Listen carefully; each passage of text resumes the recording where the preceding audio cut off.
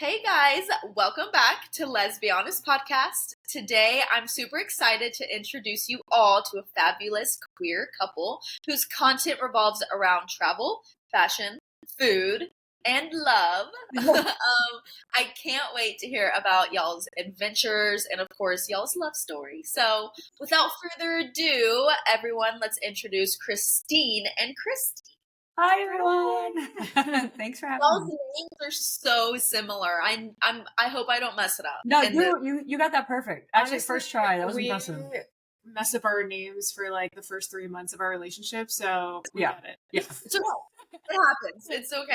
Yeah, whenever I was like, researching you guys, that sounds weird, but like I have to. I was like, I'm gonna totally mess up their names on the podcast. Like, hopefully they don't. So like, it's a mental note, but anyways. You're good. Well, honestly, the first 3 months that we were dating, I knew her as Christine, and then I went back to meet her family, and they all call her Christina. So in my head, I was like, oh my God, have I been calling this girl this wrong name for 3 months that we've been dating? And she was like, no, it's a Spanish thing. I was like, oh, okay, well, oh my God. No one actually says my name except like usually when I meet people for the first time. So pretty much we answer to anything. And honestly, Kirstie is a hard name. Yeah. Like it is. Yeah. It is. I feel you. And I feel like it's even more confusing when y'all's names are so similar, but it's okay. We'll figure it out. I will get it. And if I do mess up, just be like, hey. No, that's not my Also, okay, so first of all, I want us to jump into I want to jump into it all. But first, you guys have a podcast. It's called She Comes with Baggage. Kirstie, you said that you were going to take over season 2, correct? Yes. So this year we're kind of trying something new. We've been doing content together for 4.5 years now, right? Mm-hmm. And it's been amazing. And when we first started, it was all travel, and then expanded into fashion and lifestyle and food and everything. And then now we're doing a little bit more entertainment. And so Christine, and I'm sure we'll get into this, she just did her first ever runway, which is really exciting. And she's like, I know, and she killed it. So she's gonna be stepping more into like modeling and fashion, and I'm gonna be doing some more hosting, speaking. So it's kind of great that we're allowed to like dabble our eggs in different baskets. But I honestly, and I'm sure we will get into it, but like kind of with everything going on, we're just spreading our eggs and trying to be safe, and also just giving ourselves some individuality to breathe a little bit and transparently make more money. So the first season was y'all two. I'm assuming y'all two were on the okay. So what made you guys want to like start this podcast? Yeah, so I think for us, it was really important that we show our personalities. Everyone gets this like glamorous image online where they don't see the tripod setup. They don't see the 6 a.m. wake up call. They don't see like anything behind the scenes. You just see the final outcome. So we're like, let's use this as a way to share our personalities. Also, maybe hopefully get picked up and seen by other places because we're trying to tap into entertainment. So it's kind of the unfiltered versions of us. Yeah, absolutely. And we wanted to challenge ourselves, even though we've been doing content for a long time. I feel like we're still really shy when it comes to talking on camera. I'm like, we stutter, we have to do it over again. And I'm like, oh my God, I can't remember my one line. So we're like, let's push ourselves to be in front of camera and just talk and get comfortable with being uncomfortable. So it was just a really fun opportunity for us to do that. And then we ended up loving it. We loved the conversational part of the new content, the new platform, and which we're doing Spotify audio. Now, as well, it's like, it's a whole different game. You know what I mean? So it's fun. I love that. So what, like if for the listeners, if they were to go and check out y'all's podcast, what would be like some of the topics that they would see on y'all's podcast?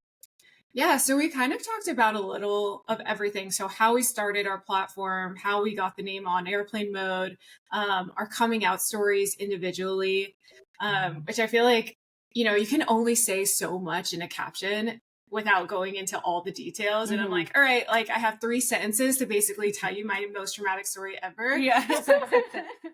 So like just giving ourselves the time to like this is important. Everyone kind of goes through it. Yeah. We go through it literally every day when we meet someone. So that was kind of a nice way to share, everything that we've gone through. Also just how we became creators. What else did we do? Travel stories. We did some fun games. Yeah. It was fun. Personality sharing. A new way to kind of let our audience get to know us more. And then also, for us there, and we'll talk about this too with On Airplane Mode, that we didn't have representation when we were growing up. So we just wanted to be that representation in multiple different ways. So whether it's travel or, inspirational lifestyle, or if it's just us talking on camera and just being a very unfiltered, raw version of ourselves. So that was kind of what we had envisioned for the first season. And then the second season, with everything going on, I'm really looking to share the stories that are being silenced right now. So sharing a lot more of the stories of friendships and, hardships, a lot of the identity aspects of people that make us uniquely human. So I'm excited. There's going to be a lot of new guests on, and it'll be really, really fun season this year. Well, that's awesome. I love that. I'm excited. I'm excited to hear who you guys have on. That'll be fun. Or who you have on, Kirstie, right? You're the one that's gonna. Okay. Yeah. Okay. Christine's there for moral support. She's like helping me out in the background. I'm like, what do you think about this question? That's great. I love that. Okay, so that's great. I'm excited to see, when will season 2, when are y'all planning on starting this? It's already in the works. So we've been filming a couple of the episodes right now, kind of getting a few of them batch filmed a little bit, and then we're going to start releasing them in the upcoming weeks. So probably April is when I'm looking at starting to release those again soon. Oh, that's coming up. Very exciting. I know. I was like April. And I was like, oh no, that's 3.5 weeks away. Yeah.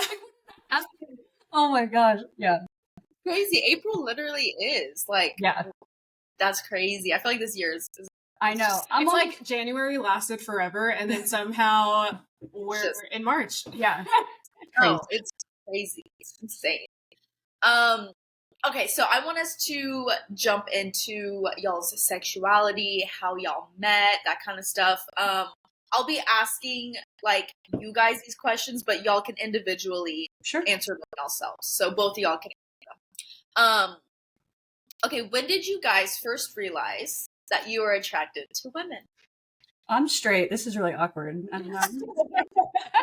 What podcast is this? Hold on a second. No, you go first. I came out when I was 11. So I was honestly, I say that I'm more of a lesbian than Kirstie is. I may not look like it, but I definitely am. But yeah, I came out when I was 11. I knew then. I was sneaking around, watching the L Word, doing all the things, watching all the shows, Lost and Delirious.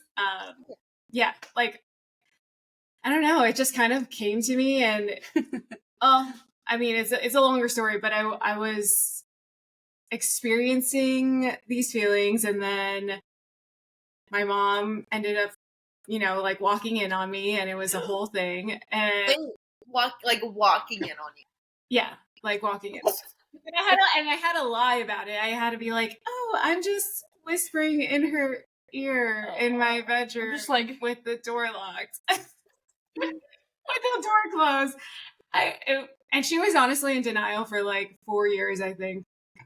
Oh my! Yeah. I have friends that they're like, yeah, my parents found out because they walked in on me, and I'm like, it's I can't even imagine. If my parents walked in, I feel like I'd be traumatized. Okay, that sounds really harsh. I probably wouldn't. One of those things where I would just be like, oh yeah, you can't unsee that. it. Unremember that. Yeah, it's a lot. Okay, so you were 11. Kirstie, what about you? When did you know? I was a long time after 11 years old. So I had my first, it's typical college experience. And I was living in Tennessee. So where I'm from, Bible Belt era, it was very small university. I think 1,500 students on campus, which is nothing. And I had my first experience, and it was it changed my life, because where I'm from, there was no representation at all. The only times you would hear about queer people, or it was always men, And it was always a very negative connotation, something very harsh that people were like making fun of them or don't be gay and you know, all these things. And I was always like, well, good thing that's not me. Like I'm good in the clear, you know? I just never thought that it was even an option. So when I had that experience in college, it really confused the shit out of me. It threw my entire life upside down because I was like, not only did it happen, but why can't I stop thinking about why it happened? And so it confused me. It scared me. So I ended up packing my bags. I dropped out of school and moving to California because I was like, I can't be here. Maybe I'll start over and no one will know who I am. And for some reason, I picked San Francisco, which not is knowing like the queerest place. I had no idea San Francisco was at queer. that time. Yeah, and this was what 15 years ago now. So no, oh my gosh, not that old. Yeah, maybe not that but like 12 years ago. But I was like, let me just move to San Francisco, go to art school, and it changed. It opened up all the doors. So So you went to San Francisco, and you also went to art school. Yeah. Well, you have to think. So no one ever talked about queer identity at all. So I had never even heard that San Francisco was queer because no one talked about. Sure. Reality was, right? No, and I'm like, I'm actually Googling it on Tumblr back in the day. But no, it was crazy. And it was the first time in my entire life that somebody was straight up like, you know, you're a lesbian, right? I'm like, oh no. And they were just like, it's fine. Like if anything, it's who you are. It makes you you. And you're like, oh, now everything makes sense. Yeah. And I was like, my best friend at the time, he's like, oh, it's okay. I'll make you the gayest lesbian ever. I was like, I don't know what that means, but okay. So it was great. Well, yeah. Cool. I think that's so funny. Do you think moving to San Francisco, like not saved you, but like really helped you figure out who you were? Oh, absolutely. I feel like I've just recently starting to understand comfet more. So, you know, compulsory heterosexuality. I feel like that was 100% what I was going through because I just truly did not even know that being queer was a reality for people. So I feel like I would have continued to live my life as a straight conforming person because that's what everyone told me I was supposed to do. So I think, you know, I wouldn't have known any different because no one talked about that. So I think it saved me. I also feel like just where you grew up, like even taking like queer or finding any other lesbians in your area out of the picture, like diversity at all. Like you've never met somebody in a hijab until you moved to San Francisco. Like you didn't even meet anyone like Spanish speaking. Like, oh my gosh. So you were like really like in the deep of it in Tennessee. Yeah. No, and there were only white students and black students, and still there was a lot of controversial issues with people not liking each other. And I was always like, why is everyone being so cruel? You know, and I think that to me very early on was very questionable, where I was like, I don't understand all the hateful rhetoric that people are throwing around. And I think that's also, which we'll get into. And this is before social media too. Yeah. So you kind of have to see it that way as well. So it was like, and so when I moved, it really opened my door to so many different ways. I was like, wait, I was really closeted, and not even just in the sense of sexuality, but closeted when it comes to every piece of identity for everything, because I just didn't even know, you know, I didn't know that there was a difference with, you know, if you were Spanish speaking, they teach you that that's Mexican. There's no other Spanish speaking cultures. Like if you are of an Asian background, you are Chinese. There are no other Asian backgrounds. So for me, when I moved and I met Dominicans and Puerto Ricans, and I met Christine, who, you know, was from, her parents are Chinese, Peruvian, Mexican. It was just like, I didn't even know. And I think that it's just crazy looking back on it that, you know, people can be so sheltered that they have no idea that what they're missing out on, which is crazy. Sorry, I'm just like word vomiting. I had a lot I need coffee today. Oh no. Well, I love that San Francisco helped you figure yourself out, because Thank you. I feel like when people stay in their hometown, like depending on where you're at, like great, like everyone's, you know, path is different. So if you want to stay in your hometown, period, do what you want to do. Right. But I am a big advocate for getting out, going to college. If college doesn't work, figure out a place to go. Yeah. I forgot what her name is, but she's on TikTok, and she's just like, she's very big. Like, she's a famous person. I don't know why I can't think of her, but she's like in your 20s, in your early 30s, just move away, go experience things. Like, once you move to a different place, you'll experience and like learn a lot more about yourself than if you were to stay in your hometown. So I totally agree with that. I found out I was attracted to women. It was funny, in high school I kind of knew, but like I was with the dude for like most of high school, so I couldn't really experiment. I was a very loyal person, so I was like, I felt like I had to be loyal, even though I was like, oh, she's kind of cute, you know? But college was when I fully experimented as well, and I was like, oh. And the college I went to was in a very liberal city. It's in Austin, Texas, and so I was like, yeah, I feel like I had kind of the same situation as you, where you ended up moving somewhere and you felt more accepting, and so you found out more about yourself. So yeah, absolutely. Go us. I think with Christine, your coming out story was a little harder because of your family aspect versus like diversity wise, it was definitely there. Like, I grew up in Jersey. My school was probably the size of your college, so there was like even more than that, maybe like 3,000-4,000 kids. So crazy. Like, it was, and there was, I had friends, and I still do, of all backgrounds.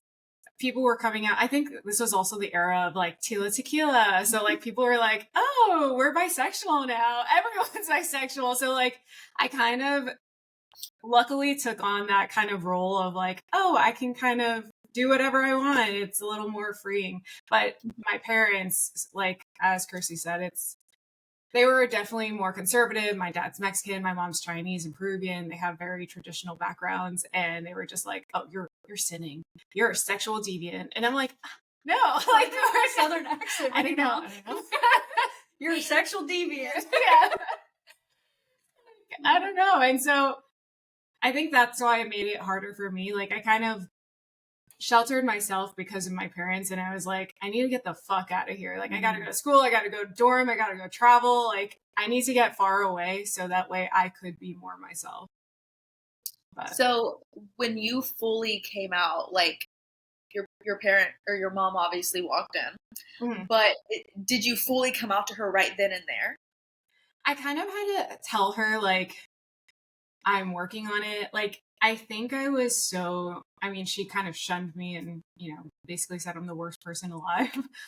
But, like, I think I kind of made a deal or a compromise. Like, I'm working on it. Like, I'll try to date guys. I'll try and see, like, maybe it is a phase. Like, I'll try to do what you say until I can leave. But I think that she always knew, like, deep down, I was still bringing my girlfriends over, and like she always saw the way I interacted with them, and like no matter what guy I brought, it always seemed like a friend zone type thing. Yeah. And honestly, until recently, like I've had long-term relationships with girls, probably like 3 or 4 of them now, and I feel like until Kirstie, she finally was like, okay, I can accept this. This is something that could work. This is something that I actually see long term, and I trust you both. But it took her a long time, regardless of how serious the relationship was or not. Do you think she actually fully accepts you right now, or do you think it's just one of those things where she's like, I have to get over it? I feel like my mom, I used to say this, like, even last year I used to say this, like, I think she'll always deep down want me to be straight. Mainly because in her vision, that's what she sees. Like, she thinks I'm going to be taken care of. Like, she thinks that guys are breadwinners. Like, that's kind of her, like, mentality is like, I just want you to be safe. I want you to have the best future. And, like, I think now, especially because she's seen, like, how our careers have kind of grown, she's more accepting, more trusting, and I think like now she's finally like, okay, I get it. Like, I can't change you, and I'm really happy with your relationship, with who you are, and I accept that. We also spend a lot of time with her being like, and now this is the patriarchy, and this is misogyny, and then like we're like really breaking down the little different cultural differences. And she's like, you always say she's oh like, my God. Yeah, she's like blossomed into this like beautiful little flower. Like she used to be really conservative and really shy, really prudent, and like now she's like, oh fuck that, like why are they even bringing up trans rights? Like I just don't understand. And I'm like, all right, okay, yeah. She'll call us on like a Tuesday afternoon and be like, I just want to let you know that I told everyone in the office that I have a gay daughter. Actually, I have 2 gay daughters and they're together. And we were like, ooh, I don't know. I think you're halfway there. We got to work on the delivery. Can't tell. But I see what you did. It was great. I understand what you're trying to get at, but Mom, please tomorrow specify. Don't tell everyone your daughters are dating each other. Yeah. Oh, that is so cute. My mom was the same way. She wasn't like extremely conservative and like, but she did grow up super religious, you know, as a Christian. But she was like, I forgot what, I'm not religious, so I don't know. But it was some conservative Christian like branch that she grew up in. And she always pictured me with a man, you know, like it was something that she always pictured me like being like, she always pictured me being with a man when I'm older. And so whenever I came out, she was accepting, but I'm right there with you. I still think deep down, like she's like, oh, like I wonder how it would be if Kinley ended up with a man, you know, because I don't know, I feel like that's how she always pictured me, you know, whenever I grew up and like having like a traditional family. But yeah, I don't know, maybe that might just be in my brain. But my mom, she is like the best. I've taken her to like Dallas Pride. Like she was wearing like a, hold on, can I try to find this picture so I can show you guys? Okay. I should have been more prepared. I'm so sorry, but this just came to me. You're fine. Like I took my mom to Pride for the first time ever in New York City, and and that was last year. I think in her mind, she was like, oh, there's like 10 queer people in the world. I was like, bitch, you don't even know where the gays are coming from. Like, it's like a sea of people. Yeah. And I put her on a float, and she was like, what the fuck? Like, where am I? Yeah, like, this is actually insane. Because like, New York Pride, I mean, as far as you can see, it's thousands upon thousands of people. And I truly think that she thought there were only 10 people in the world that were also gay, and then maybe that many, and then maybe 5 allies. So when she got there, and there was like thousands upon thousands, as far as she could see, and everyone's like holding flags, and then also on this float, there were drag queens, there were queer dancers, there were so many different people. And they were so loving to her. Like I was telling them like, oh, this is her first Pride, like, you know, yeah, like we gotta like really treat her into it. We can't like throw it all at her, but like kind of be nice to her. And they're like, oh my God, we got mama, like it's fine. Oh, that is so. Yeah, and it was a client of ours. It was so sweet. Yeah, and I feel like also since then she was like, oh, like there are a lot of people out here who are fighting for this. Yeah, and you know what's funny? I feel like a lot of people that are very conservative and stuck in their ways are usually the people that don't really know anyone that's gay, or like I don't know how to explain it. But it's cute that you guys ended up taking her, and she was like, oh, there's like a whole world of this. You know what I mean? Yeah. It's so funny. Okay, this is, hold on, hopefully you guys can see. Look at this. That is so cute. Oh my goodness. It's so cute. My mom, it's free mom hugs, and my dad has one that says human, and it's like all rainbow. Oh, that's adorable. Oh my gosh. I was thinking my dad was gonna be like it was funny. I feel like my dad was more accepting when I first came out. Like he honestly was like, I don't care. Like you're Kinley, like you're the same person. Like I love you, whatever. But I felt like he was gonna be kind of like pushed back on the shirt, but he was like, no, I'll wear it. And I was like, that's so cute. That is so sweet. Oh my gosh, it looked like they were having a great time too. It was the whole family. It was me. Well, I mean, yeah, it was the whole family. Me, my family, and my sister, or me, my parents, and my sister. And we all just had a great time. It was so funny. It was cute. Oh my gosh, I love that. That's so and people would run up and hug my mom, and my mom would just like hug them, and there were so many just sweet moments, and I was like, because people don't have that experience with them. They don't. Like, there's so many people out there that have horrible experiences, and it's so sad. No, well, it is. I was going to say, I feel like stories like that should be shared more because there aren't enough of that. Like, that's something that we were also talking about too, is when we do travel, like obviously it is just us, but I think bringing my family along, like we did do 1 or 2 trips now with them, and it was amazing because I feel like people are now seeing like it's possible. Like, I mean, it took a fucking long time for my mom to get there, but when she did, it was so rewarding to finally be like we can still be the happy family. Like, that dream is not removed. It may look different, but it's still there, and it's still equally, you can still be equally as happy. Yeah, exactly. Yeah, just because it looks different than the norm. It's really not different, like, what's the big deal? No, I get you. I get you. Okay. Kirstie, did you tell us your coming out story? No, you're good. You're good. I mean, I told the college story, but I mean, when it comes to family, so the first person I told was my sister, and she was like, "Girl, I knew this. I knew you were gay." And I was like, "How? Why didn't you tell me then?" My parents are weirdly, they were fine. Like, my immediate family, like they were fine. It was my friends that were like the more, I guess it was more of a bullying experience, I guess you could say.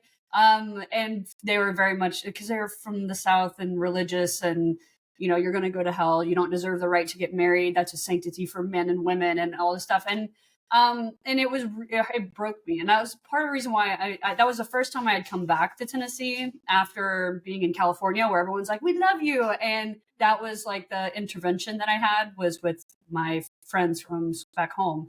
And so I was like, I'm never coming back. Why would I come back to a place where I'm not wanted and feel like I'm enough just being myself?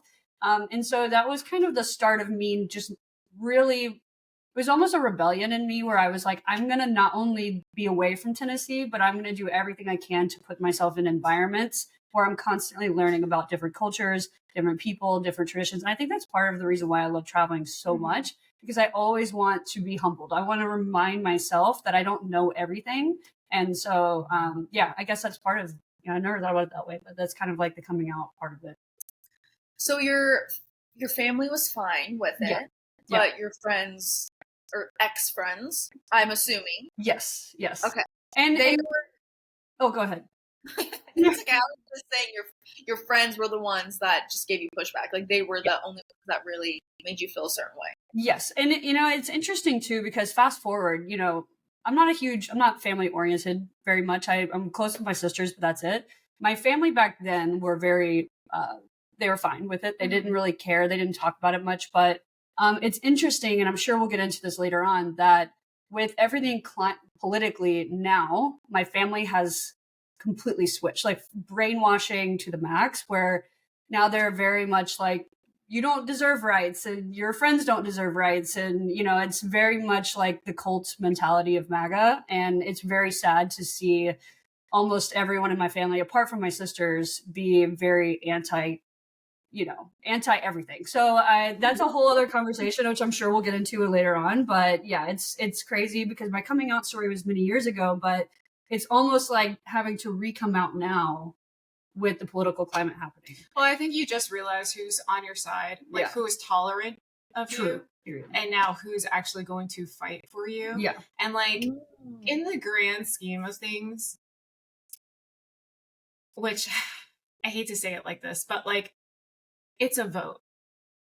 And like, they're like, it's a state like Mississippi or Tennessee, which is not going to change by their one vote. But I feel like the least you could have done is pretend like you are like trying to support me. Like just showing that you are doing something because you haven't done anything. I think that's like the biggest like heartbreak. Yeah, for sure. Right now for you probably. Yeah, and I have a friend. She is like, she's totally straight, but she's like the biggest advocate. She's like, that's cute. she is so deep into all of this stuff, and she knows more than I do. Like, she'll be like, "Did you see this?" And I'm like, "No," but she knows everything. But it's sad because her family, her sister is totally gay. She's married to a woman. They have kids, the cutest thing.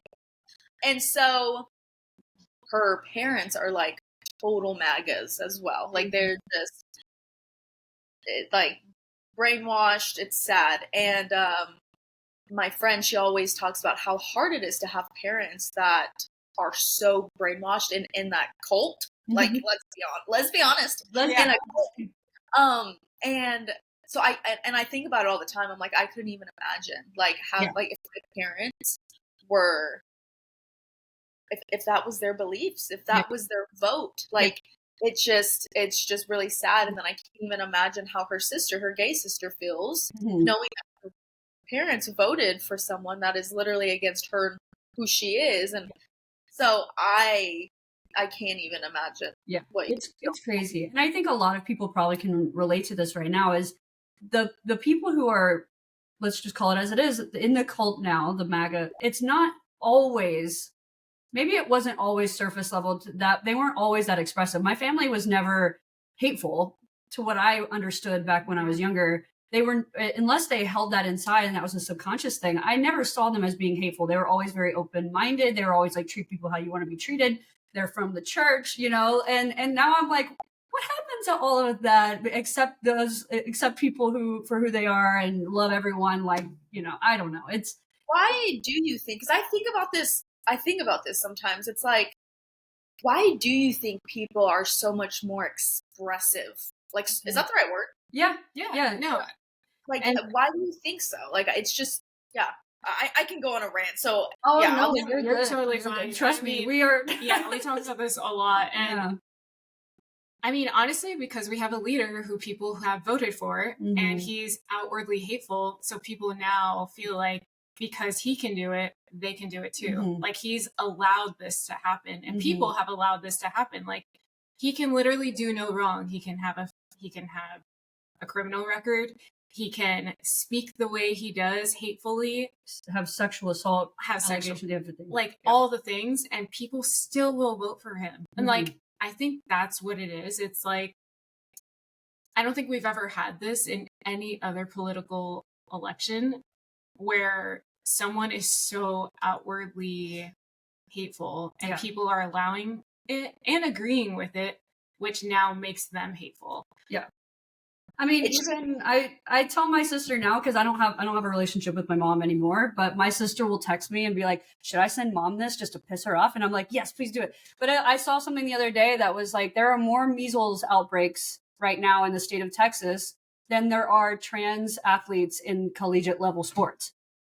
Like, I just want people to recognize that the hate that they're creating is so targeted towards vulnerable communities, when, you know, it's so unnecessary. But it's like Christine said, unfortunately, what he's very good at is making people feel seen and heard in ways that politics haven't always been able to do that, right? So they feel more seen and heard, but they're being lied to and deceived. You know, it's all deceit. And therefore, it feels like they can mirror his actions and his words. So I feel like, unfortunately, and not be punished and not have any consequences for it. So it's just really elevating white supremacy, unfortunately. But like I said, we can go on and on about this. We're in tangents all day. We could have a whole episode of politics. Yes. So, but no, I'm right there with you. And I feel like he does make people feel seen and heard, but I feel like it's the uneducated, ignorant people, because they're like, oh, I feel seen and heard. And then they don't question what he's doing. No, like, blatantly lying. And he's telling them what they want to hear. And unfortunately, it's a lie, every single aspect of it. And so it's, yes, they want it. They're being seen and heard, but it's a complete lie. So. And I also feel like, I mean, MAGA people are also loud, and they are vocalizing their opinions. Like, even my mom, I feel like every time I talk to her, while she does stand up for, like, she's now liberal, like, voted for Kamala, like, I feel like it's really hard to get her out of the environment that she's in. So she's constantly taking in this information. She's like, oh, well, My friend said this. My friend like, no. like, no, let's not undo what we just taught you. I was like, and this is what you're gonna tell them. So from this point up, this is what you'll say. And she'll be like, okay. And I'm like, I'm gonna give you the receipts, the facts, I'll give you the numbers, like, let's talk about it. Yeah. Mom seems so cute. She is. It's so no, cute. but yeah, I get it. It's unfortunate, and I feel bad for the people that have families that, parents that are a part of this cult, and when they have kids that are a part of the LGBTQIA plus community, But yeah, we can talk about this forever. So let's move on. Okay. I want to talk about y'all's relationship. So how did you guys meet? And what was y'all's first impression of each other? Yeah.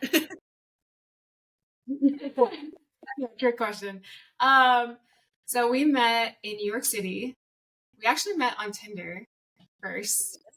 Kirstie just moved to New York City from Sydney, Australia. She was living there for like a year on her work visa. Her work visa ended, and what was it? Your friend, your best friend at the time told you download Tinder because, as we know, back then it was really hard to meet people. Like, if you were queer and a lesbian, it was so hard. And if you were someone, I say this all the time, but the femme lesbians have it hard, okay? It's not easy for us to be like, I'm gay. Like, no one knows, especially even now. I'm like, the way people are dressing, you don't know. I'm right there with you, girl. I get it. Like, I have to wear like a rainbow bracelet. Like, I was definitely wearing the braids. Like, you know what I mean? Like, it was really hard for people to indicate that I am gay or whatever it is.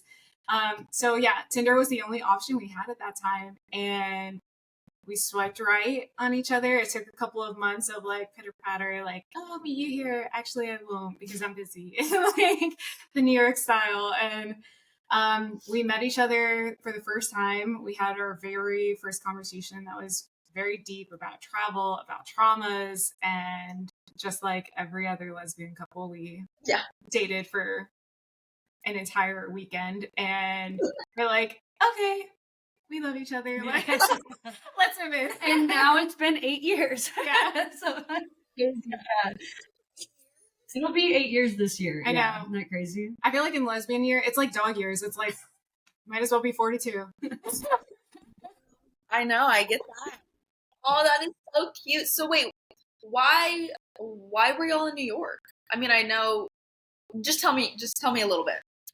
I moved there. My friend, my working visa in New York ended. And my friend was Sydney. I'm sorry. Yes. I was living in Sydney and my working visa ended. So my friend who lived in New York prior to was like, hey, I'm moving back. I can help you get a new life set up. So why don't you move to New York? And I was like, well, I have nowhere else to go. And so I moved there and I was like, maybe I should meet someone. She was like, get on Tinder. And I was like, I want to meet someone the Hallmark way. I want to meet someone like, at a bar. Yeah, something romantic. And she was like, bitch, it's 2020, whatever, 2017. Like, get on Tinder. Like, just do the digital thing. And I was like, fine. And then we ended up meeting. And so it worked. So shout out to Jillian. Yeah. And then I'm from Jersey. So I was working in New York. I live like maybe 15, 20 minutes out of New York City. So New York is practically my home. So I was always there. And yeah, I was single and ready. No, okay, hold on, back up. Because when we were on our first date, she was like, I'm looking for a friend. I was like, on Tinder? You're looking for friends on Tinder? I'm sitting there doing this on the date. I'm like this. And she's like, anyway, so I was like, still to this day, I was like, I will not forget how you swerved me on that first date. But she was like, yeah, I'm looking for friends. I mean, I really was looking for friends too. Again, it was, even to find friends, it was really hard to find your like queer group. Like I had a straight group of girls. I love them. But I was like, you are not coming into the bars with me. You know, it's not the same camaraderie. You don't have the same conversations and you can't relate to certain lesbians. Yeah, it's a different dynamic for sure. I get that. Yeah, because during college, I was like that sorority girl. Yes, I know. I was a sorority girl. But I met a good amount of people and I met my best friend. And so it was good. But most of college, it was straight. friends. And then after I got out of college, I started to be like, all right, I need gay friends. Like, I need to find friends because the dynamic is different. I get it. But luckily my best friend that I met in the sorority, she's like, I'll go to the gay bars with you. Like, I don't care. Like, let's go. And so she was always super good about it. But that's great. I get it. The dynamic is very different. When I had first come out, like I told you, my straight guy friend was hey, I'll take you under my wing and make you the biggest lesbian possible. And I was like, great, I don't know what that means. But for many years in my coming out journey, I only had straight friends, which is no shade to that. It was great. But when I started getting more and more comfortable with truly who I was, not just like experimenting with different styles of who I was, I feel like I started becoming more and more in the queer community. And we were just talking about this recently. Like now a majority of our friends are all queer, which is interesting how that swapped. Do we have straight friends? I mean, we do. We do, but it's like different how it swapped. Like when we first came out, we only had straight friends. And now we, well, I feel like, you're suppressing your identity for so long. And then when you're finally exposed to this community, you're like, oh, fuck yeah. Like, I want to hang out all the time. Like, let's talk about all the things. Let's get into it. Yeah. Yeah. No, yeah, I totally get that. I get that. The dynamic is very different. It is. Yeah. It is. And the conversations are different. You know what I mean? Like, totally. And I feel like at least for me, I want to be around people that kind of get me and kind of get what my little brain is thinking about, like my straight friend, like she can try the best she can, but like she's not going to understand that I think this girl is hot. And like, you know what I mean? It's like, it's just, there's just yeah. It's like when your straight friends are like, oh my God, they're hot. And you look and you're like, oh, it's a man. Ew. Like, why did I just mix the head in? Turn around for that? Yeah. Cool. Okay. All right. So moving on. I know, Christine, you said that you were wanting to do more fashion content, and Kirstie, I'm trying to get this right. Good. You say you. You. Kirstie, you said you were wanting to do more coffee content, and you said more. What was the word that you said? More like. You didn't say conversational content, but kind of like, I forgot the word that you said. No, you're good. You're good. Yeah, so you can. Yeah, so I think for me, or for both of us even, because we do both want to do entertainment, like, I think we're just trying to spread our eggs and, like, see what hits. And, I think even while we've been together for 8 years, we're still kind of you're always learning more about yourself. And being in LA, we're being more exposed to different things. Like, we both want to do acting. We've been doing a ton of workshops and like keynote speaking, and realizing like we actually have a huge passion for activism and like speaking and educating and all these things. But we're also very individual in ourselves. Like, I don't think Kirstie would be wearing the same things that I would. I wear her stuff, but she can't wear that. I'm not wearing heels. Yeah, it's not happening. But yeah, so we're kind of just like expressing ourselves differently. So for me, this year we kind of take it upon ourselves, because we took like, I think 25 trips last year. We were home, I think 1 week out of the month. Every year. That is every week. Goals. Yeah. It was like insane. Yeah, but I think last year was one of our busiest years yet. And so grateful for it. It was amazing. And I'm so happy about every single aspect of it. But I think at the end of last year, paired with what happened with the heartbreak of the election and knowing where things were changing, and then also dealing with now knowing my family was brainwashed and part of it, and part of that, I think there was a lot of heartbreak at the end of last year, and then paired with exhaustion just from traveling so much that I just said, we had a long conversation. I was like, I think I want to be more LA settled for a little bit and just see what that brings. There's a lot of opportunity here. Especially with us both tapping into acting classes and doing entertainment. So we're just kind of seeing what kind of goes from that. I think we've been so travel focused for so long, and that will always be a part of who we are because it's our number one passion. We're just kind of seeing what happens, when we play with different doorknobs and see if there's, things that open up that might not have happened. And that was what was crazy is like Christine has always wanted to do runway, and you have the dream of going to Paris at one point, and I know it's like really big milestones where I'm like, but I think it's so achievable, and she just got her first runway, which is just amazing. And I feel like that is kind of the beautiful thing about life is when you give yourself the chance to open up different doors for yourself, that's when all these things will happen and fall into place. And so I think both of us are at this point right now where we're like, what happens if we try this or if we try this?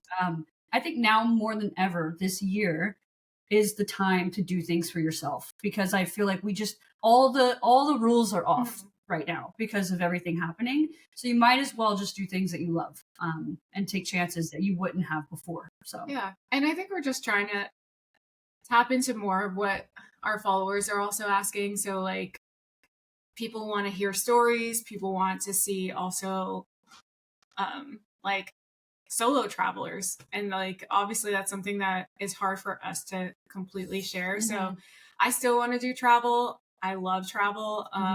So I'm actually taking my first trip in a week or so to Costa Rica by myself.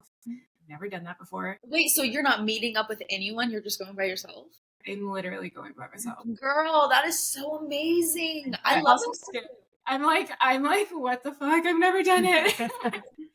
Like, it's just me to fall back on. But yeah, I'm also like an introvert too, so I'm trying to just do it. I love that for you.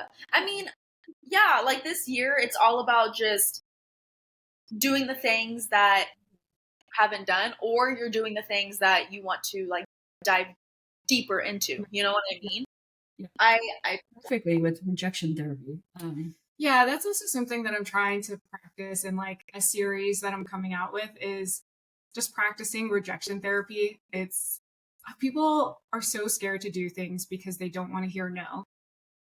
And like if you never try, you'll never hear a yes either. So I think I'm just trying, and I'm going to hear a no until I get a yes. So and we've talked about that on our first call with you, and talking about rejection therapy, and I feel like it's everyone goes through it. Everyone feels that way. So just feeling uncomfortable is good sometimes, Totally. And I feel like y'all are in the perfect situation because y'all have each other. So it's like if someone does get rejected, for like with whatever you guys do, y'all got each other to fall back on. You know what I mean? Right. I feel like, even if you're single, listeners, even if you're single and you want to do something, like still do it. But my point is having like a significant other that's there to like help support you if like, you do get rejected for whatever. I feel like it makes it a little bit better. You know what I mean? Right. It's support. Yeah. Yeah, exactly. The support. Yes.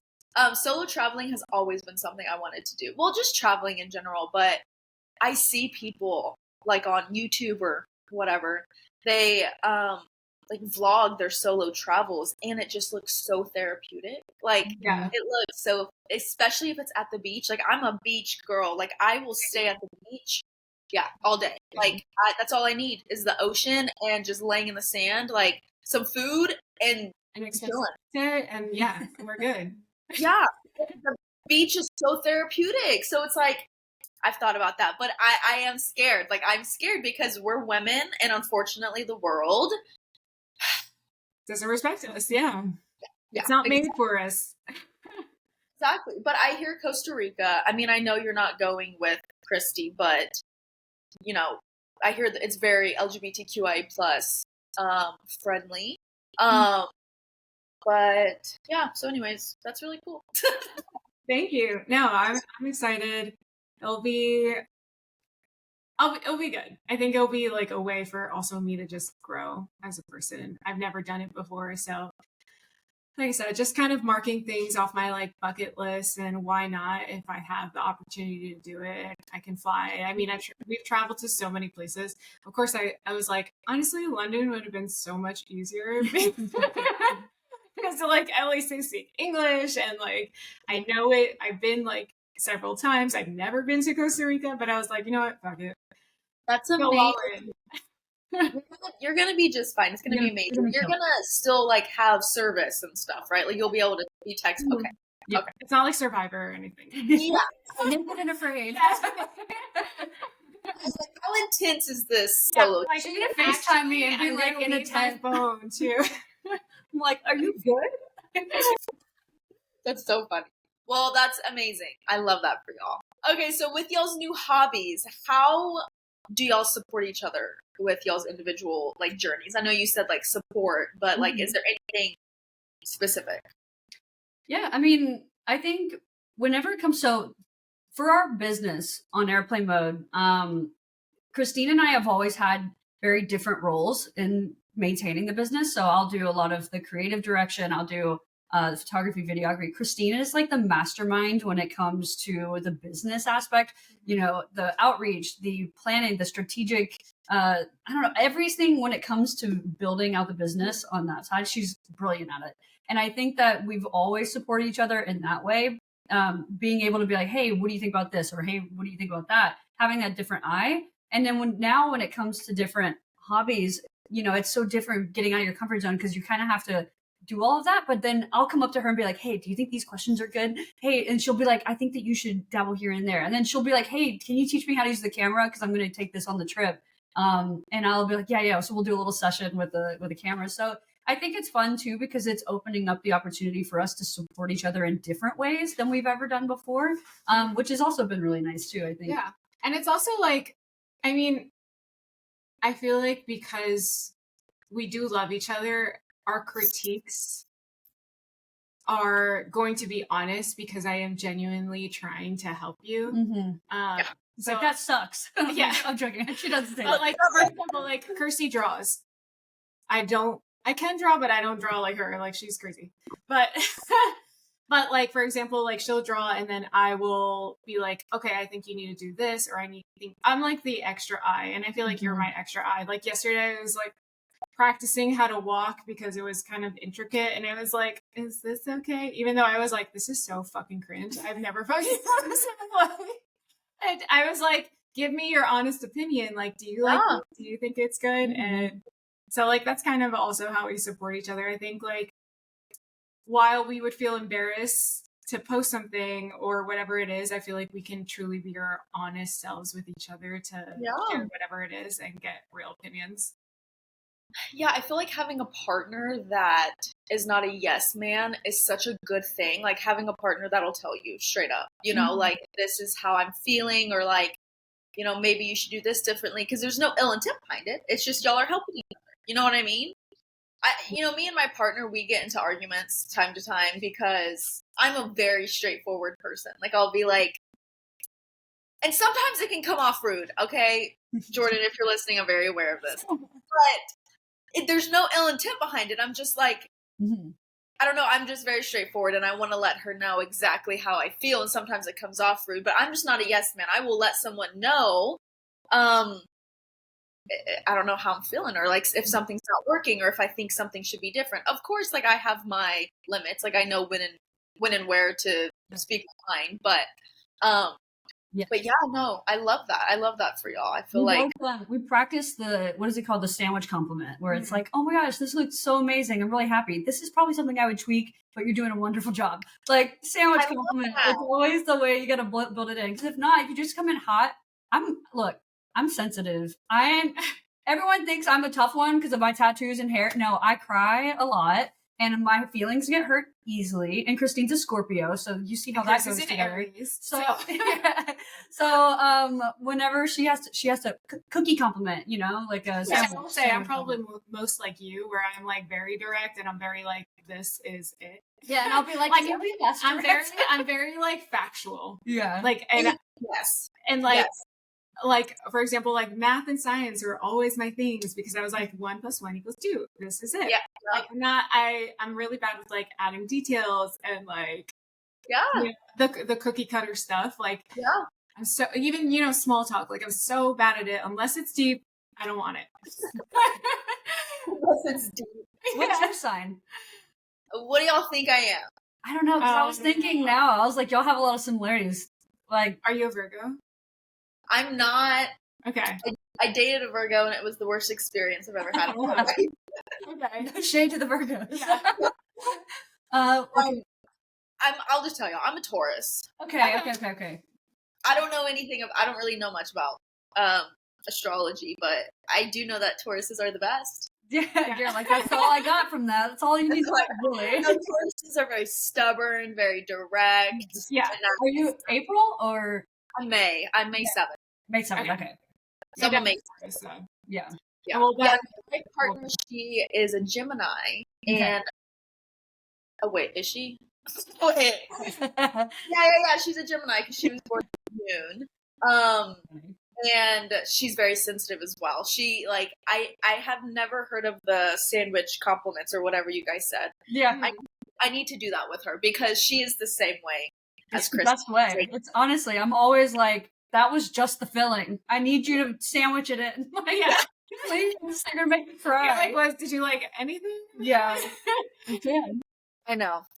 You know, this is a good conversation because I need to do better at that. And it's funny because like me and Christine, we don't mean anything bad by it. Like we love everything that you're doing and we think you're extremely talented or whatever it is, but it's like we're just so factual that it's like, why do I have to compliment you if I'm not coming from a bad place? I'm just telling you what I think. Right. Like, you know what I mean? Love, because I want the goal is the best. So like, you know, I get you. I get what you're putting down. Yes. Okay, great. That's All hilarious. right, so, well, we're yappers. I love this. I know. We're going to jump into, we kind of already talked about y'all's travel and social media, but I kind of want to dive a little bit deeper into it. So, sorry. When did you guys start on social media? You guys can tell me y'all's individual stories, or when did you guys both kind of come together and do y'all's social media? Yeah. So when we on our first date, the very first conversation we had was how we have a passion for traveling. Kirstie's done it for a couple of years now. She's always backpacked and kind of moved around. That's why she was in Sydney. And I've always wanted to do it, and I have traveled, but I worked in New York, a corporate life, and you get maybe 1 to 2 weeks off and you can't even take it consecutively. So I was like, I want to do this. I want to do this full time and like long term. And I just didn't know how to do it. And so we kind of made a compromise. Kirstie's like, well, why don't you quit your job tomorrow? And I'm like, no. She's like, my career? And I was like, you can always get another career. It's fine. And she was like, no. Should this be a red flag? It's like, interesting. I was like, greenest flag ever. Quit your career. Like, and move in with me. yeah, exactly. The most gay thing ever. But so we compromised. So we both saved up a certain amount of money, regardless of what we had. We were starting from zero, saving. I think we saved 20K, 10K to leave, 10K to come back with.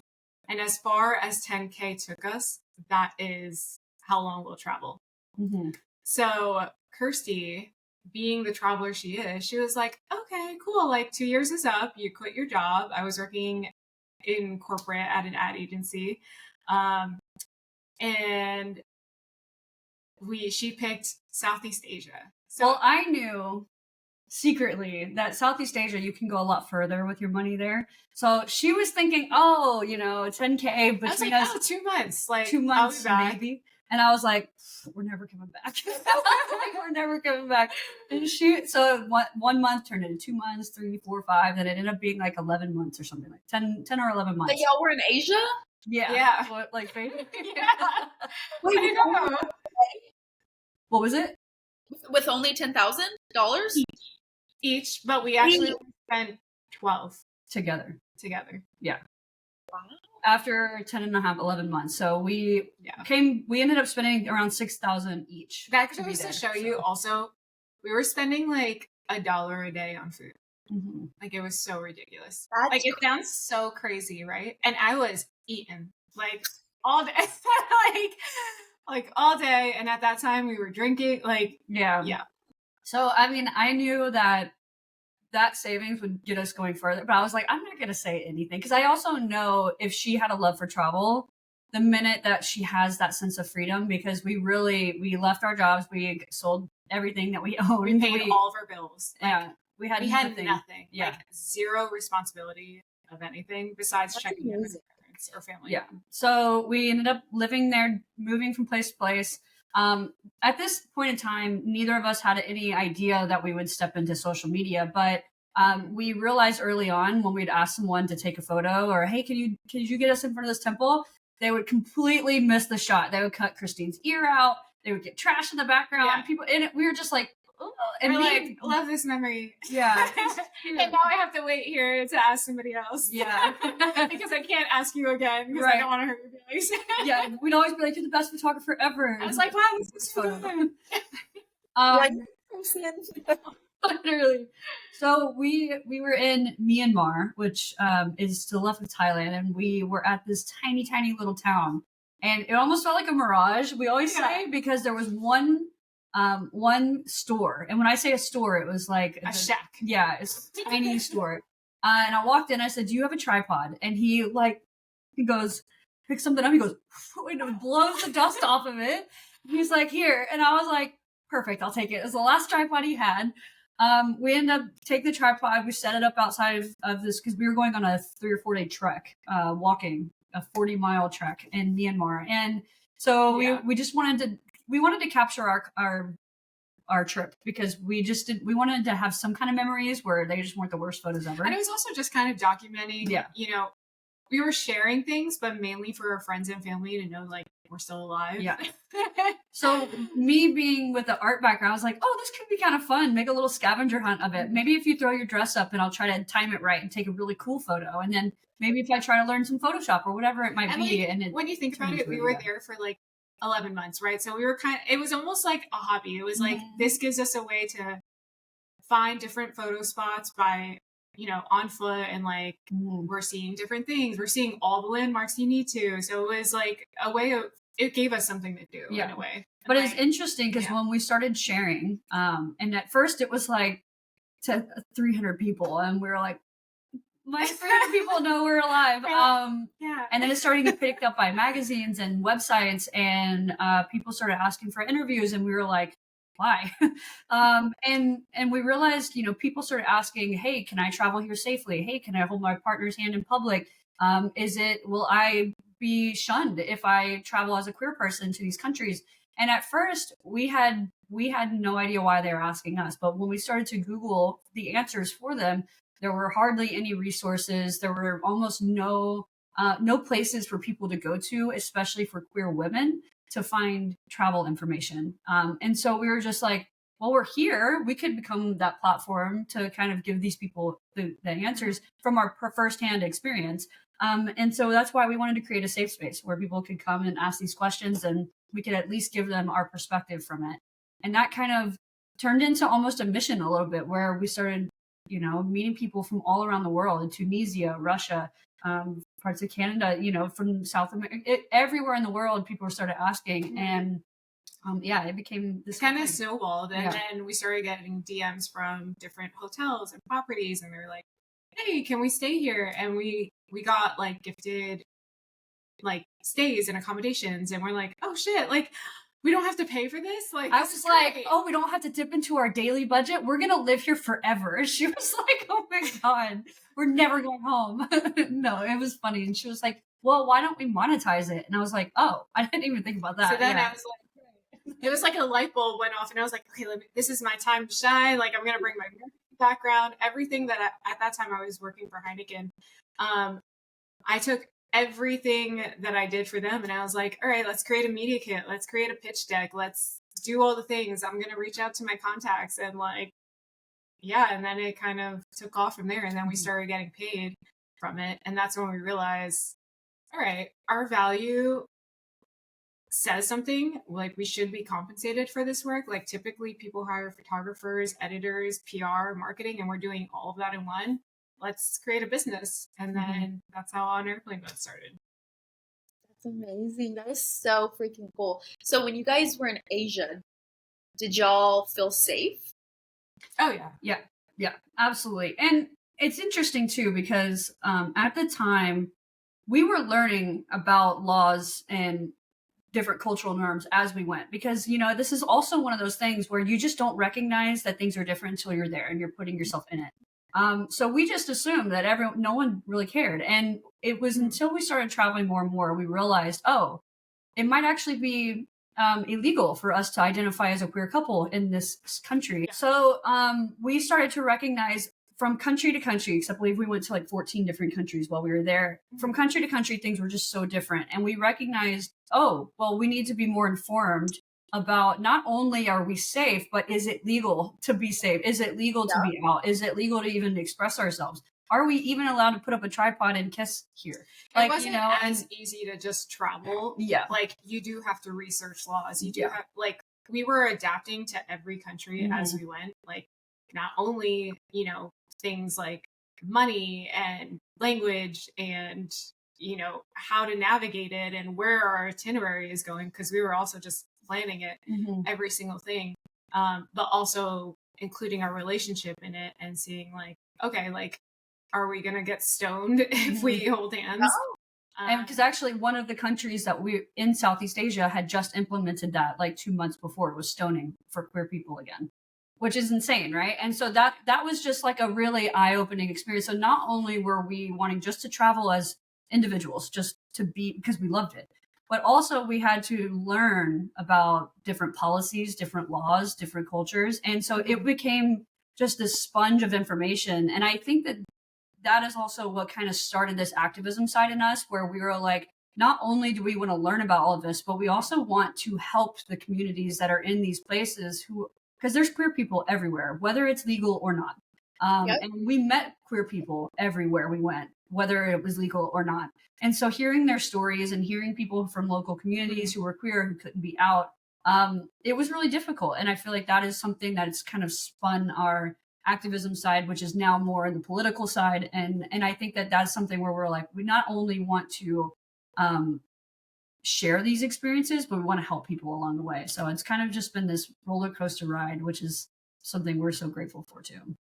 Did y'all ever have any weird experiences or like bad experiences when y'all were traveling? Like, was there ever an experience where something happened? Yeah, I mean, for us, it's interesting. Like, as queer people, we and this is something we always talk about too. We can share our experiences, and we will be unfiltered about it. But we also understand and we share that we can be straight assuming. People might assume that we are a straight people Our and sisters. just sisters, cousins, friends. And so there is a privilege there, right? And we always want to share that while we are explaining this is our perspective. Not everyone has a privilege of being straight assuming, right? And so that is something we always talk about with safety, because while that has never really been an issue, we've always run into amazing, situations from that. I think as women, it's a different story. As women, we felt more threatened. As women, but I will say most experiences have always been amazing. I would say that when people ask what's the most unsafe country you've been to, we would say the United States, which is a shock factor, right? Almost every place we've had, knock on glass. The most hate that we get, even in our DMs, is from United Americans. States. Yeah. So. That is not shocking. Yeah. And that's also exactly. That's why we are also wanting to fight that, because I don't think people recognize that the hate that's here is not normal. It's not. It shouldn't be normalized because it's not.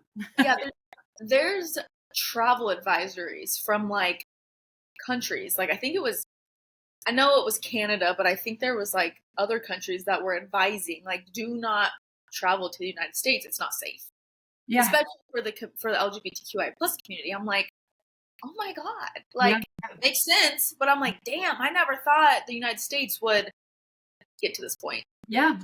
And I think that is what, in a lot of ways, I think when we started traveling, I think it's different now. But when we started traveling, I think only 40% of Americans had passports, which was crazy. I mean, this was years ago. But I don't know what the exact statistic is now. But I do know that more often than not, Americans don't travel internationally, which is mind-blowing to me, because it creates what we talked about before, that sheltered experience where you just truly don't know what's outside of you. So you only know what's either in your hometown or what Joe down the block told you, and that's all you can go off of. You can't form your own opinions outside of that. Or it even creates like White Lotus is on right now, like that's a perfect example of what it creates, where Americans feel so privileged that when they leave, they still think that they're on top and want the same American things, where it's like, no, you're in a different country. You respect what they do. Yeah, exactly. Yeah. Exactly. Ugh, so annoying, so frustrating. Yeah. America. Oh gosh. Yeah. I'm telling you, we could do a whole other video on this. Okay. I'm down. Okay, so you guys helped promote a National Geographic book specifically for the LGBTQI plus community and like travel destinations for them. And sorry, I'm trying to think. So it was National Geographic's first Pride book? Mm-hmm. Yes. Okay. So can you tell us how that opportunity came to y'all? And I know one of y'all mentioned that y'all got backlash for promoting this book, correct? Am I speaking correct? Okay. I'm like, am I remembering this correctly? Yeah, can you tell us all the information about this? Yeah. So, I mean, the nice thing about being creators is you have so many opportunities at your hands that you don't even know you're capable of. Like, and one of them was working with National Geographic. So, which is also owned by Disney. A lot of people don't know that. We were approached by an agency to promote their first ever Pride book, which basically just lays out every place that you can go to where people feel welcomed, where all Pride events are. And it was amazing to see a big corporation take a stance, create a book, put money behind it, pay influencers. That it's huge. Like that is incredible to see. So we immediately said yes. Obviously, this is our bread and butter. We picked 2 different destinations within that book that we have been to, and we're able to cover and feature that destination based on our experience. One of them was being Sydney, where World Pride was held a few years ago, and we were actually there. And then the second one was French Polynesia, or Tahiti. And we also speak so fondly about that destination because it is one of the only destinations that never has had an anti-discrimination law against LGBTQIA people. And a lot of people don't realize that. Wow. Yeah. And they're also a country that has a third sex and or a third gender. And that's another thing that people don't realize. Like that is accessible. There actually are 3 genders in some places and in some cultures and religions, and people don't see that. So to get off that topic of specifically the destination, we were able to promote the book, and it was amazing because I think National Geographic has how many people? Like 46 million? Or like yes, the platform National Geographic Travel has 46 million followers on the social channel. So we knew, obviously. We're like, yeah. Well, yeah. We'll do it. Twist my arm. No, but I think for a couple of reasons, though. One, because it was the travel book, which was amazing, and it's also giving other people more information, which, again, even though a couple of years ago there was none, there's still very little resources out there for our community. So not only that, but being backed by National Geographic, but then being backed by Disney. It's a huge step for our community because of the visibility aspect, right? Mm-hmm. Having these companies push something put something out there where people can, it's a diverse educational book, right? So I think that was huge for us. It was very much in line with what we wanted to do. We also know that with 46 million followers and a global brand, there was going to be backlash. We knew that going into it. The brand knew that going into it. So we had a call with them, with the whole team, and we talked about different ways of how we could combat this backlash that would be inevitable, because for a lot of people, if it's a global audience, this will be the first time they've ever been introduced to queer people and queer realities, right? And it was the first time they ever had queer talent on that page. Yeah, that's what I was just about to ask. Okay. Yes. So there was a lot of new, a lot there. Of firsts. And so I think what was amazing about the National Geographic team is they took it upon themselves to say, let's hop on a call, let's go through brainstorming ways of how we can not only combat the backlash that is inevitably going to come, but how we can make you feel the most safe and feel the most, protected during this. We don't want you to see the backlash or have to deal with it. Especially, I think it was during Pride. Yeah. Which is like... Yeah. So I think their team went above and beyond from the beginning of the partnership all the way through the end. They ended up moderating all the comments. They removed and removed all the negative comments. They responded to people on our behalf. A lot of times when we do partnerships, we post it and therefore we have to moderate and do all the commenting. They did all the hate. So I think it was a great partnership all around, because this is the way that partnerships should aim. And this is how you change and normalize queer people. Like, it will, like everything else, when something is first introduced, there will be hate that comes with it. But that is a step that you're taking. And I think that's what a lot of corporations should do, because once you start doing it more, people won't be as... It's not a shock factor anymore. Yeah, it's not surprising anymore, and they won't care as much. Yeah, I mean, if you think about it, 10 years ago, the LGBTQ, well, I should say the LGB had a lot of backlash, right? The generation before us had to deal with the AIDS movement and going and fighting for the rights that we have now. And even queer marriage is only 10 years this year. Yeah, gay marriage is only legalized 10 years this year. And so people had to fight for that. And now you're seeing queer people on movies. You're seeing them in books. You're seeing them on the radio. There's at least one gay character. Yeah. and music now, everyone, there's so much queer representation, right? To the point where people aren't angry about it as much. Now we're seeing the shift to being targeted with trans and non-binary people. And I feel like what people are forgetting is this was the same rhetoric that was used against the broader LGBTQ plus community. So when we talk about that, it's like, now we need to all get behind our trans and non-binary family, because we've all been there. We're like, now we can't let them be targeted.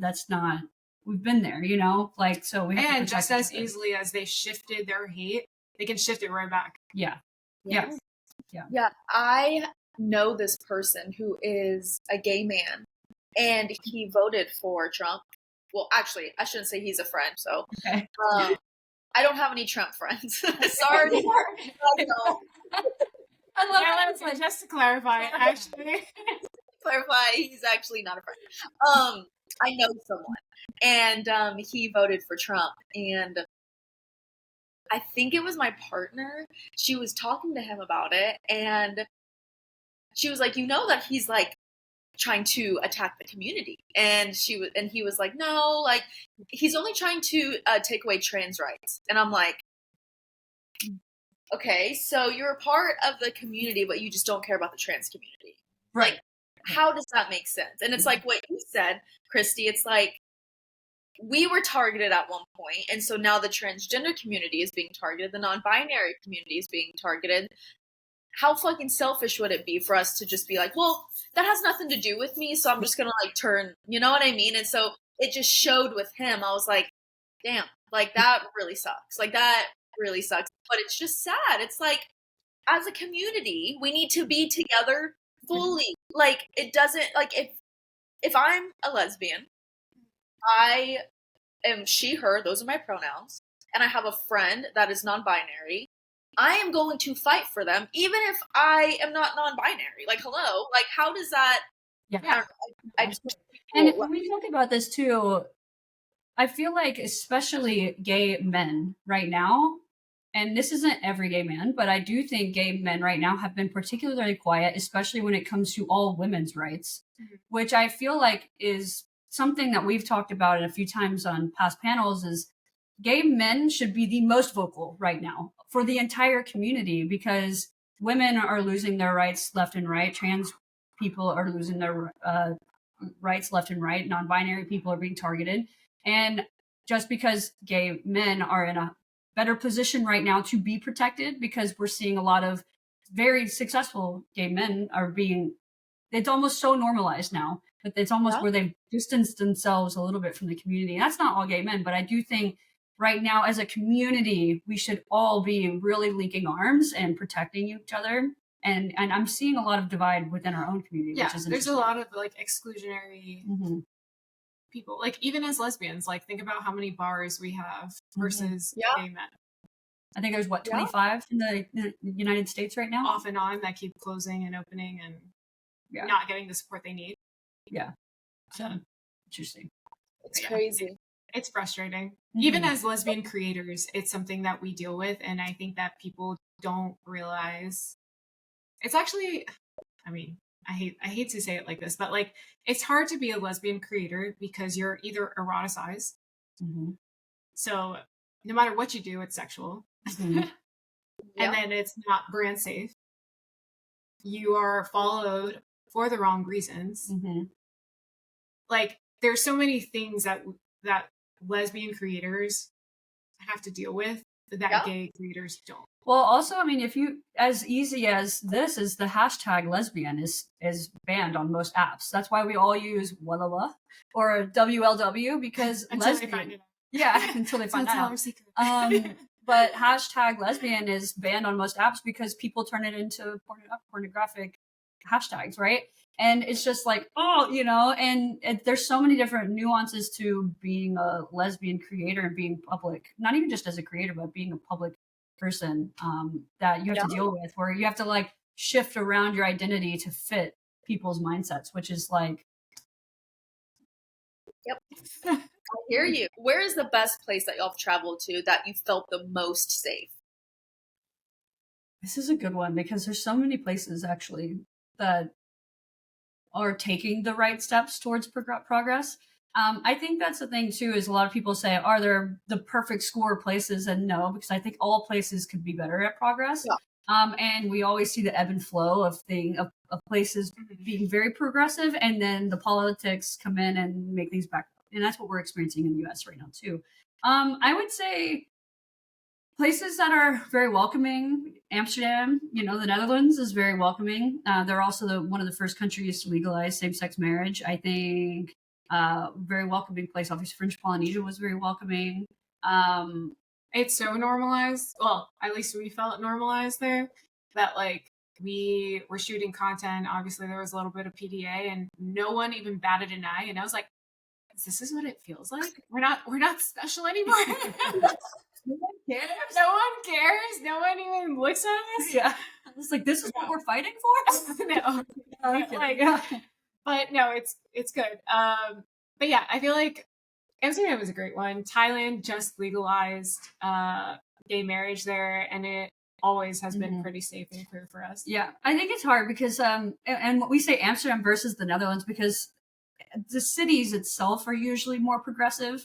The more touristy areas are going to be more progressive because there's more diversity. But when you kind of branch out, other cities outside of Amsterdam, there might not be as much progress. So it's hard whenever it comes to looping a whole country in, because every single destination within a country is also going to be very different. For example, Indonesia, it's a huge tourist destination for everybody to want to go there. Instagram has made it very popular. Rightfully so. It's gorgeous and beautiful. But Bali itself is very touristy, and there's a lot of diversity there. So therefore, it's more tolerant to be LGBTQ plus, and you will see some people.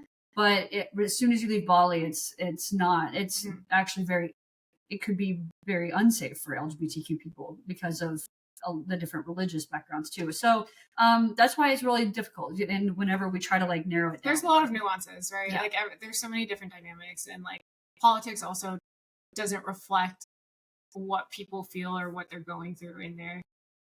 Like a lot of people say Italy, and like Italy is definitely not one for us where we felt seen. Yeah, I think anytime we've been, unfortunately, to Italy, and I hope this isn't a hot take, but I feel like not everybody, we did feel the most backlash in Italy, which was interesting. Yeah, I forgot who it was. I think it was, do you guys know who Kate Austin is? Yeah. Okay, so I had her on, and I'm trying to think if it was her that I was talking to or somebody else, but I think it was her. She was saying how she went to Italy with her partner, and she felt the same way. She was like, I would not recommend it. And I'm like, what? Like, I don't know. I feel like it's like, I don't know. Yeah. That is so unfortunate, though, because I feel like it's so beautiful. No, and that's why for me, I'm like, and this is why we don't boycott destinations either. I think there's just ways to navigate it. you kind of have to use your own intuition as well as somebody who's queer. You kind of get it. You know who your circle is. You know who to tell and when you feel comfortable. Totally. So you kind of have to read the room. Yeah. No, I totally get that. Okay, so lastly, you guys are award-winning content creators and are currently nominated as a finalist for Creator of the Year for WITS. Did I say that correctly? Yes. Period. Okay, can you kind of tell us about that? Yes. So WITS is the Women in Travel Summit, and it's hosted every year. Last year, was it Puerto Rico or Utah? Okay, and the year before that, Puerto Rico. So every year it's different. This year, I think it's in New York City. But they have the Bessie Awards, and I believe, correct me if I'm wrong, Bessie Coleman, I believe, is Bessie Coleman was a woman traveler, and so they named the awards over after her. And so basically, it's all these different women in travel meeting in New York City, and it's kind of honoring the different either nonprofits that they're doing, organizations, group projects, and different women that are all in travel to some degree. And so it's really cool because it's also different tourism boards, different brands that will come out and support it. So it's a really cool summit. But we were nominated as one of the finalists for Creator of the Year, which is crazy. But yeah, it's fun. I don't know. It's just sometimes really shocking because sometimes we just forget that. Sometimes we'll get online and be like, I forget so many people are watching, and I'm just be like my hot takes, and I'm like, oh, I'm sorry, But it's really exciting, and it feels very rewarding to be even honored for that. Yeah, and I feel like those little moments kind of reassure us, like, okay, maybe we're doing something right. Sometimes it's hard to forget like all the work that you are doing, and yeah. No, I totally get that. I love that. Yeah, I'm a teacher. Like, that's my actual job, and we're learning about Women's History Month, and we're learning about Bessie Coleman. So, period. Oh, okay. Yes. Okay, good. That's great. She was a pilot, if I remember. She was a pilot. Yes. Yeah. Period. Okay. Well, period. When you said that is like it's gonna be in New York, the WITS. Yes, in New York. It's in May, I believe. Right? I think in May. So you will know if you've won in May. Yes, in May. And I think for us, it's just to be honored alone feels like a win because I feel like you're in a category with so many other incredible women that I just feel like that alone in itself is representation. Where we're all fighting for that. And I think that alone. So even I feel like we are being a finalist is like a winning for us. Yeah. Just being nominated, but possibly being. Yes, possibly. Yes. Yeah. We'll see. It's exciting. It is exciting. That's amazing. Okay, so is there anything fun, that you guys are doing in the future or anything that you want to share with the listeners? Yeah. I mean, you're doing your solo series. So if you are solo traveling or planning to or interested, Christine's going to be doing all of that, which is really exciting. Like, or if you have kids. I don't want to talk about it. I'm scared. No, I'm kidding. It's gonna be fun. I'm excited. I'm excited to share that, and it'll be a different side of on airplane mode that you haven't seen. We're starting acting classes again.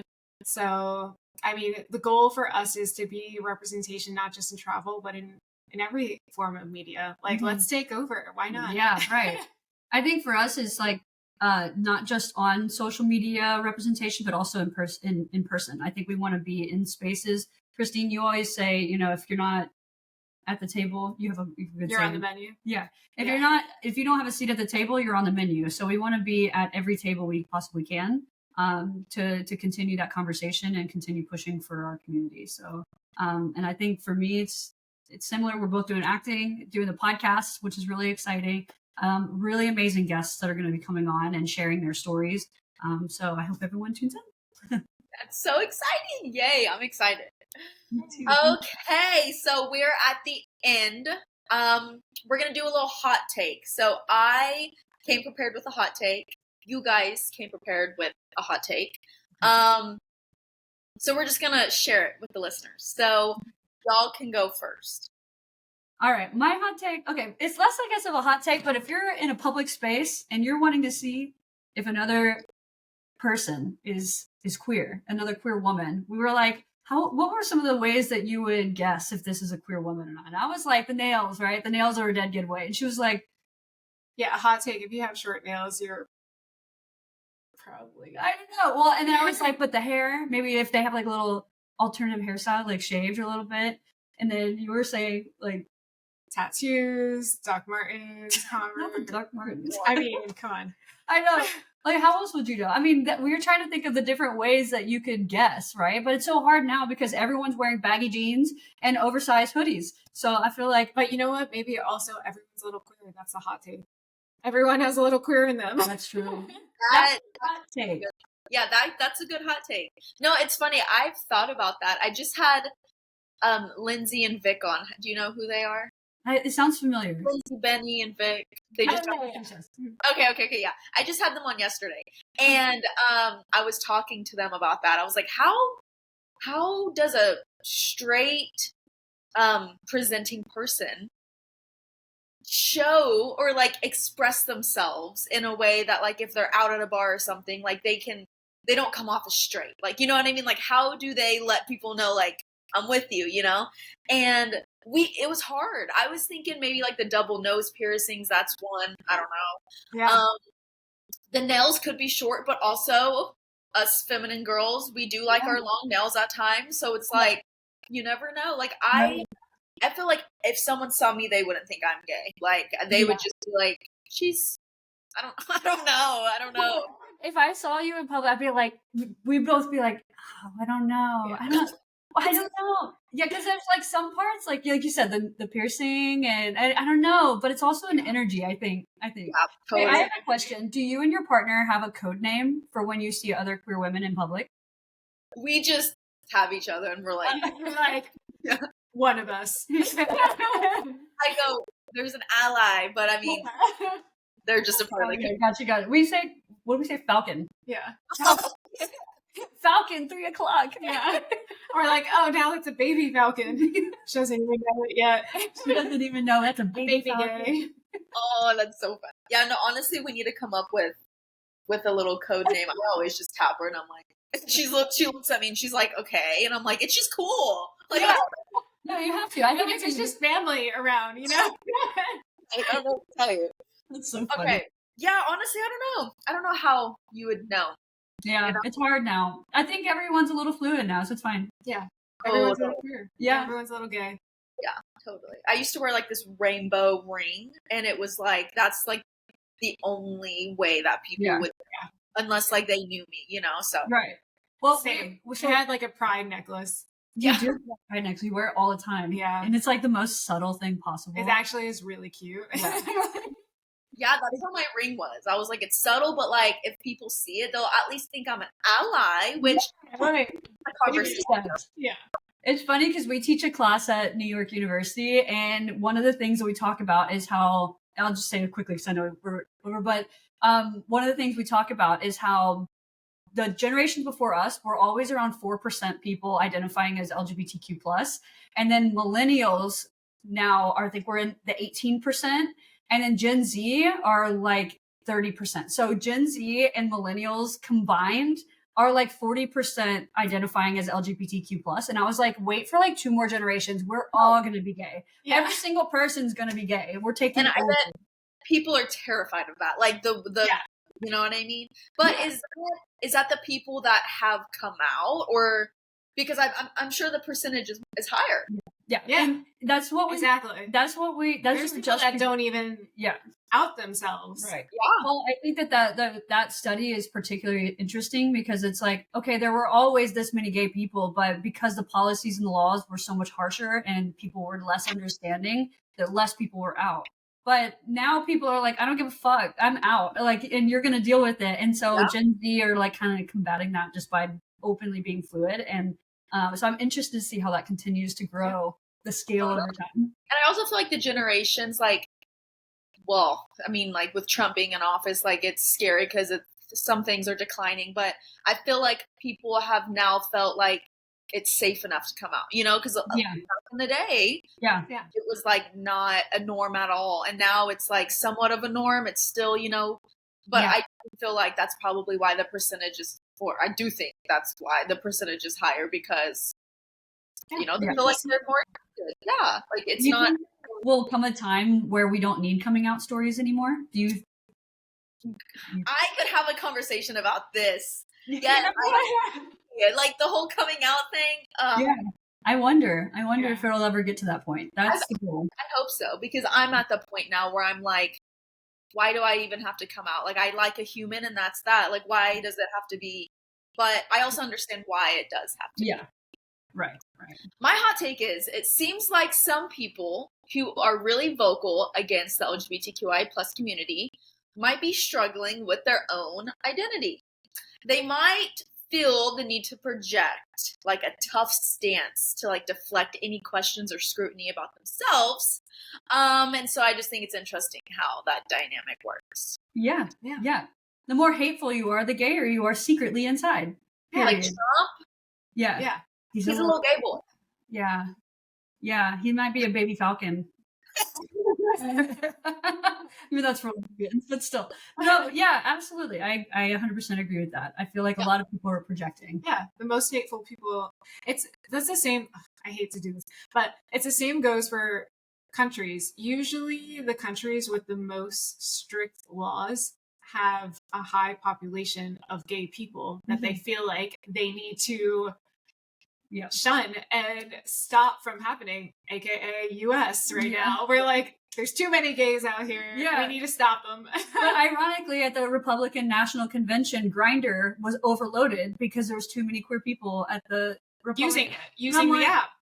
I'm like, oh, that's interesting. Fascinating. Yeah, it's crazy. It's crazy. But yeah, that's my hot take. I love it. It's a good hot take. Thank you. Hey guys, so before we end this episode, we have our first sponsor. Everyone celebrate. No, but for real, I am so excited that I have my first sponsor for my podcast. They are called Brew Babes Coffee. It is here in Austin, Texas, in the Round Rock area. It's actually Austin's first and only bikini coffee shop. I don't know if you guys have seen like videos on TikTok and stuff of like girls dressed up in bathing suits and they serve coffee. That's what it's going to be. Also, women get $1 off drinks always. So us women, I know we love our coffees. This place, Brew Babes Coffee, will give you $1 off. They are not open yet, but definitely check them out on Instagram. It is brewbabes.coffee. They will be selling coffee. They'll be selling tea. It'll be a vibe. It'll be in Round Rock next to Rick's Cabaret. It's supposed to be a cute little pink coffee food truck. So definitely check them out. They will be opening in March. They will be opening soon. So definitely check them out on Instagram so you can stay tuned with everything. And when you go, make sure you say that you heard about them from Let's Be Honest. And yeah. All right, guys. Bye. Well, guys, thank you so much for coming on. We talked about so many topics that weren't even on but I loved it. I feel like we could have talked for so much longer, honestly. I feel like we need a part two eventually. I know. Part two. I'm always down. I've done that with people before, so I'm always down. I love that. But yes, thank you so much for coming on. I know you guys are busy. But yeah, I really appreciate you guys. This was so fun. I feel like we've known you forever. I know. Honestly, truly, I get that. Yeah.